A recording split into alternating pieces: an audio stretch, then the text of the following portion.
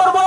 আমাদের নেতৃবৃন্দ উপস্থিত আছেন, আমাদের মধ্যে উপস্থিত আছেন সদর ইউপির সভাপতি রেশাদ আহমেদ, সদর উপজেলার সভাপতি কদ্দুস আহমেদ, আঞ্চলিক কমিটি আম্বরখানার সভাপতি তাজুল ইসলাম। আমাদের এই সভায় সভাপতিত্ব করছেন মহানগরের সংগঠক শহীদুল ইসলাম। এই পর্যায়ে বক্তব্য রাখবেন সংগ্রাম পরিষদের উপদেষ্টা শ্রমিক নেতা কমরেড আবু জাফর। রিক্সা, ব্যাটারি রিক্সা ইজিবাইক চালক সংগ্রাম পরিষদ সিলেট জেলা মহানগরের উদ্যোগে মিছিল পরবর্তী সমাবেশের সংগ্রামী সভাপতি ও উপস্থিত শ্রমিক ভাইরা আপনাদের সবাইকে সংগ্রাম পরিষদ এবং সমাজতান্ত্রিক শ্রমিক ফ্রন্টের পক্ষ থেকে বিপ্লবী শুভেচ্ছা সংগ্রামী অভিনন্দন। সংগ্রামী বন্ধুগণ, আপনারা জানেন গত 20 জুন পরিবহন মালিকদের সভায় বসে স্বরাষ্ট্রমন্ত্রী বলেছেন এই ব্যাটারি রিক্সা ইজিবাইক বন্ধ করার জন্য। এই ঘোষণার পর এই পেশার সাথে যুক্ত 50 লক্ষ শ্রমিক একটি অনিশ্চয়তার মধ্যে দিয়ে জীবন অতিবাহিত করছে।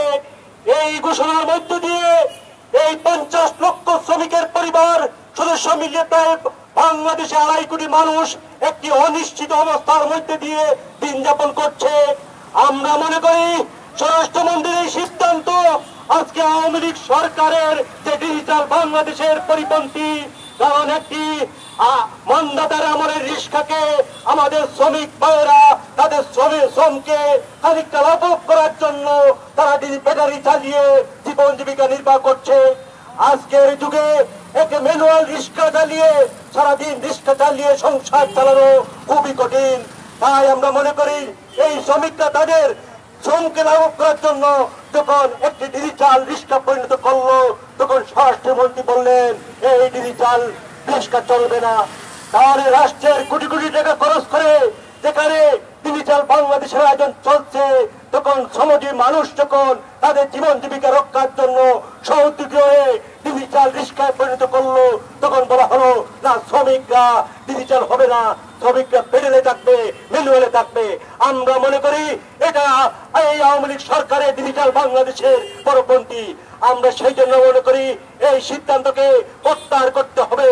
আমরা সেই জন্য আজকে সারা দেশে বিক্ষোভ মিছিল সমাবেশ হচ্ছে।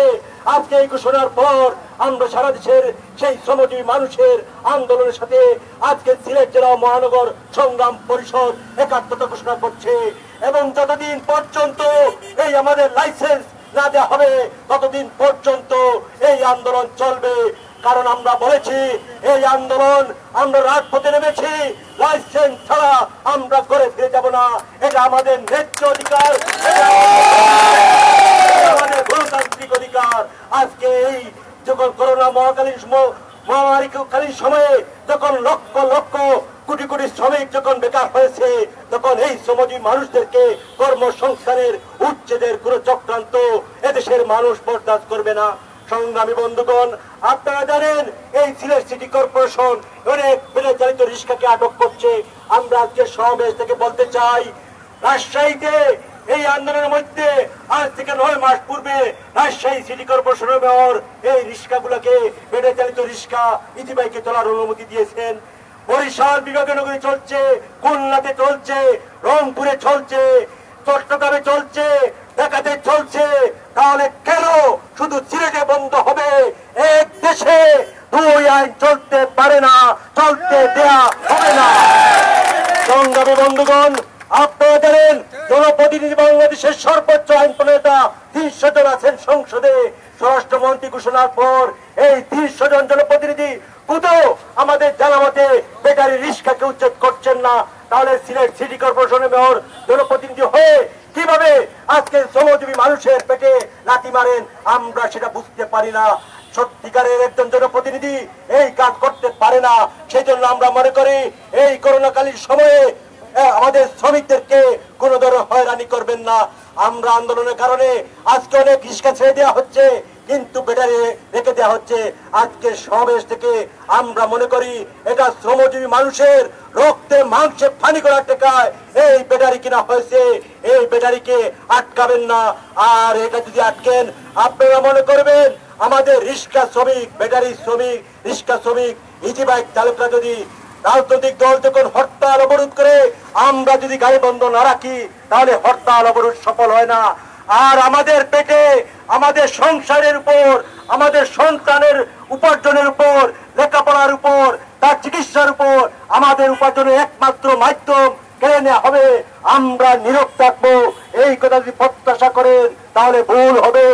আমরা আজকে সমাবেশ থেকে অবিলম্বে আমাদের এই লাইসেন্স দেওয়ার জন্য আহ্বান জানাই এবং সিটি কর্পোরেশন কর্তৃক আটক সকল রিস্কা, শুধু সিটি কর্পোরেশন নয়, অন্যান্য যারা পুলিশ যারা আটক করছেন, এটা রেকার বিল নামে 500 টাকা 3100 টাকা ধরিয়ে দেওয়া হয়। আমরা মনে করি এই করোনাকালীন সময়ে একজন শ্রমিকের উপর এটা জুলুম। সেই জন্য এই যে করোনাকালীন সময়ে আমাদের আটক করবেন না। আমাদের লকডাউন যদি সফল করতে হয় তাহলে শ্রমজীবী মানুষের ঘরে ঘরে খাবার দিতে হবে। তারপর আপনারা বলবেন ঘরে বসে থাকো, তা যদি না করে তখন আপনি তার জন্য শাস্তিমূলক ব্যবস্থা করতে পারেন। কিন্তু তা না দিয়ে আমাদের শ্রমজীবী মানুষদেরকে যদি বলেন ঘরে বসে থাকো, খাবার না দিয়ে, আমাদের কাছে করোনার চেয়েও আমাদের কাছে আহারের ভয়, খাদ্যের ভয় অনেক বেশি। সেই জন্য আমরা মনে করি আপনারা লকডাউন দেন, আপত্তি নেই, কিন্তু আমাদের খাবার দিতে হবে করে, আমাদের অর্থ দিতে হবে করে। আর যদি তা না দেন, আমাদের রিক্সা শ্রমিক, ব্যাটারি রিক্সা শ্রমিক, ইজি বাইক শ্রমিক, সিএনজি শ্রমিকরা যখন পেটের দায়ে রাস্তায় নামবে তখন তাদেরকে আটকাবেন না, তাদেরকে হয়রানি করবেন না। আমরা সমাবেশ থেকে এই আহ্বান জানাতে চাই। আমরা ঈদের আগে আমরা মনে করি সিটি কর্পোরেশন যে গাড়িগুলো আটক করেছে তা ফেরত দিতে হবে। আর যদি ফেরত না দেওয়া হয়, করোনাকালীন সময়েও আমরা ঘরে বসে মরে থাকবো না। যদি আমাদের উপার্জনের মাধ্যমকে কেড়ে নেওয়া হয় তাহলে প্রয়োজন হলে এই শহীদ মিনারে আমরা আমরণ অনশনের মতো কঠোর কর্মসূচি দিব, অবরোধের মতো কর্মসূচি দিব।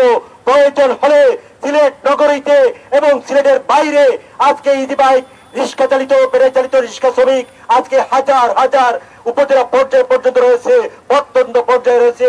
আমরা প্রয়োজন হলে এই লাইসেন্সের দাবিতে আমরা প্রয়োজন হলে হরতালের মতো কঠোর কর্মসূচিতে বাধ্য হব।